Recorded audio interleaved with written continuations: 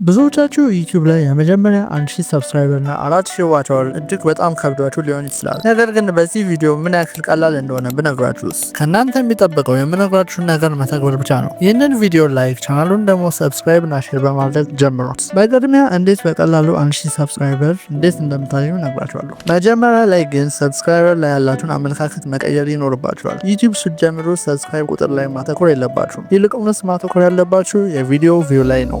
ምክንያቱም ቪውስ ሲኖራችሁ ነው ሰብስክራይብ ልታገኙ የምትችሉት። ማንም ሰው የእናንተ ቪዲዮ ሳይመለከት ሰብስክራይብ አያደርጋችሁ። የእናንተ ቪው ከተመለከቱ ሰዎች በአማካኝ የእናንተ ሰብስክራይብ ሊያደርጉ የሚችሉ ሰዎች 2% ናቸው። ይህም ማለት በአጠቃላይ ቻናላችሁ ላይ የለቀቃችሁት ቪዲዮ ከ50,000 ቪው በላይ ሊኖሩ ይገባል 1000 ሰብስክራይበር በቀላሉ ለማግኘት። ስለዚህ ቪው ማሳደግ ይኖርብናል። እንዲሁም 2% የነበረውን ሰብስክራይብ መጠን ማሳደግ ይኖርብናል። ይህን ደግሞ እንዴት እንደምናደርግ አሁን እነግራችኋለሁ። ቪው ለማግኘት ቫይራል የሆነ ቪዲዮ መስራት አለባችሁ። ይህም ወደ መጀመሪያው ስቴፕ ይወስደናል። የመጀመሪያው ስቴፕ ቫይራል የሆነ የቪዲዮ አይዲያ መፈለግ። ሚስተር ቢት እንደተናገረው ዩቲዩብ የአይዲያ ቢዝነስ ነው፣ ማለትም ዩቲዩብ የሀሳቦች ንግድ እንደማለት ነው። ስለዚህ ቫይራል አይዲያ እንዴት ማግኘት እንችላለን ለሚለው ጥያቄ ሆት ዶግ ሜትድ መጠቀም። ሆት ዶግ ሜትድ መጠቀም ዩቲዩብ ላይ ቫይራል የሆነ ሀሳብ ከሰሩ ትላልቅ ዩቲዩበሮች ጋር ሳይሆን መከታተል ያለባችሁ። በጣም አሪፍ አይዲያ፣ አሪፍ ቪው፣ ነገር ግን ኤዲቲንጉ አሪፍ ያልሆነ እንዲሁም አሪፍ ያልሆነ ተምብኔልና ታይትል የተጠቀመ ቪዲዮ መፈለግ።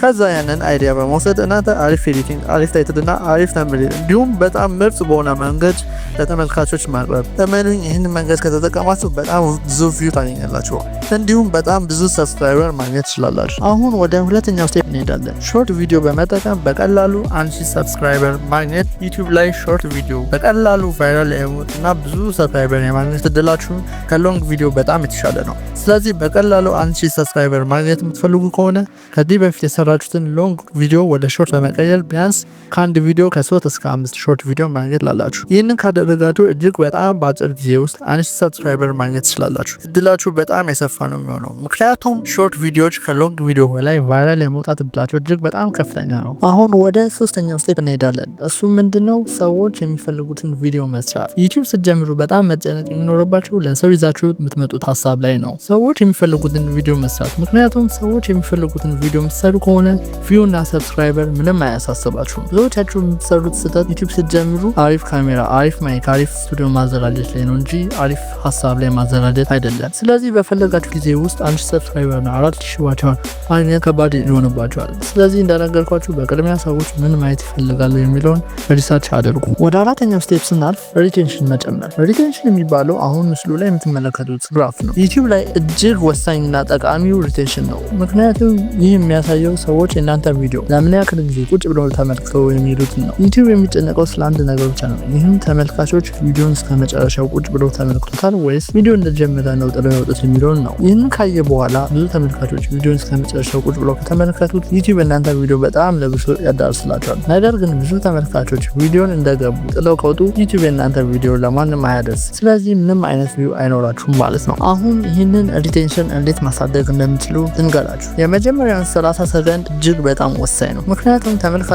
ልክ ቪዲዮ ተለቆ እንደገቡ የመጀመሪያዎቹ 30 ሰከንዶች ካልተመቻቸው ጥለው ይወጣሉ። ይህም ለእናንተ ትልቅ ጉዳት አለው። እናም የመጀመሪያውን 30 ሰከንድ ላይ እጅግ በጣም መጨነቅ ይኖርባቸዋል። እናም የመጀመሪያው 30 ሰከንድ ላይ ተመልካቾችን መያዝ ይኖርባቸዋል። ይህንን ለማድረግ ለሰው የሚሰለች ዩቲዩብ መጠቀም የለባቸው። ስለ ራሳችሁ በፍጹም ማውራት የለባቸውም። እንዴት 4000 ዋች አወር በቀላሉ ማግኘት ትችላላችሁ? ዩቲዩብ ላይ በቀላሉ 4000 ዋች አወር ለመድረስ ምን ያክል ቪው ያስፈልጋል የሚለውን ጥያቄ ልመልስላችሁ። 4000 ሰዓት ማለት 240,000 ደቂቃ ነው። እጅግ በጣም ብዙ ሊመስል ይችላል፣ ነገር ግን ቀላል ነው። እንበልና የ10 ደቂቃ ቪዲዮ ብትሰሩ አቨሬጅ ቪው ዱሬሽን 20% ቢሆን፣ ማለትም የእናንተን የ10 ደቂቃ ቪዲዮ የሚመለከቱ ተመልካቾች በአማካይ 2 ደቂቃ ቢመለከቱ የሚያስፈልጋቸው የቪው መጠን 120,000 ነው። ይህንንም 120,000 ለ2 ደቂቃ ስናባዛው 240,000 ደቂቃ ማለት ነው። 240,000 ደቂቃ ደግሞ እንደነገርኳቸው 4000 ሰዓት ነው። ስለዚህ በቀላሉ በዚህ መልኩ 4 ሰዓት መምራት ላላችሁ። ጠቅላላ ሳደርግላችሁ በጣም ብዙ ቪው ማግኘት አሊያም አቨሬጅ ቪው ዱሬሽናችሁን ማሳደግ ይኖርባቸዋል። 4000 ሰዓት ላይ መምራት። 4000 ሰዓት ለመምራት እነዚህ ሁለት ነገሮች እንዴት እንደምታሳኩ በመቀጠል እናግራችኋለሁ። ዩቲዩብ ላይ 4000 ሰዓት ለማግኘት ማድረግ ያለባችሁ ትልቅና ትልቅ ነገር ተመልካቾች ከእናንተ ሰዓት ሳይወጡ የእናንተን ብዙ